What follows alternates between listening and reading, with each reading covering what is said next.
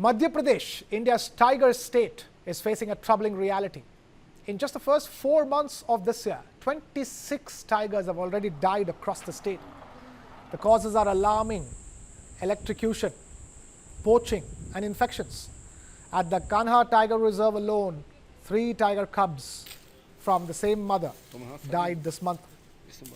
Officials say lung infection was the cause, but the bigger question: how did it spread and why wasn't treatment timely?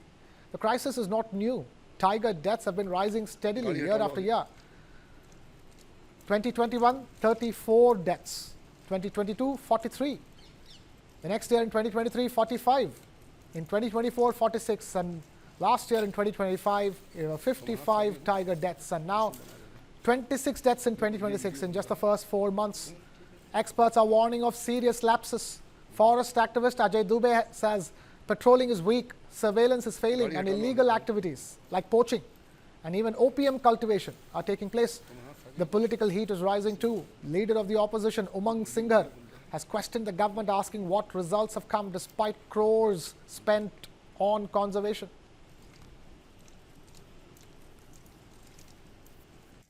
देखिए, Madhya Pradesh tiger state ही हमारे गौरव की बात है, लेकिन tiger सुरक्षित रहे, जीवित रहे, ये भी इतनी हमारी जवाबदारी है सरकार की और विशेष रूप से वन विभाग की। अगर अप्राकृतिक मौतें हो रही है तो क्यों हो रही है? अगर 3 महीने 4 महीने के अंदर साल की शुरुआत में इतनी मौतें हो गई है, तो मैं समझता हूँ कि कहीं ना कहीं जो निगरानी है, मॉनिटरिंग है, उसको लेके वन विभाग को और चुस्त होना चाहिए। और मैं समझता हूँ कि अगर यही हाल रहे तो फिर साल के अंत में क्या होगा? क्या ज़्यादा मौतें दर्ज की जाएगी? उसको रोकने के लिए अलर्ट है, सरकार को तत्काल इसको चेतावनी के रूप में लेना चाहिए। For locals, the fear is real.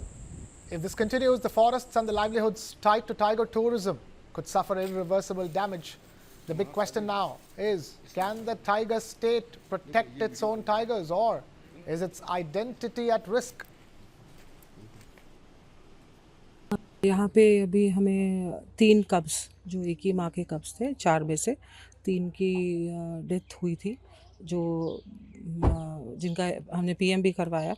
तो उसमें अभी कल जो परसों जो डेथ हुई थी, उसके ऊपर से जो पीएम हुआ है, उसमें उसको रेस्पिरेटरी इन्फेक्शन, लंग्स में बहुत ज़्यादा इन्फेक्शन और सब दिखाई दी है। तो जिस कारण से आज हमने उसकी मदर और जो उसका एक और सिबलिंग है, मेल है, उन दोनों को ही ट्रैंकुलाइज करके उनकी चेकअप करवाई है और अभी उनको ट्रीटमेंट के लिए उठाया है। और दोनों अभी ठीक हैं, स्टेबल हैं। ट्रीटमेंट होगा उसके बाद, और अभी उनका सैंपल्स और सब चेकिंग के लिए गए हैं। सो जो उनकी है अभी थोड़ी सी बीमारी जैसी हालत लग रही है, उसको ट्रीटमेंट करके फिर उसके बाद उस पर डिसाइड होगा।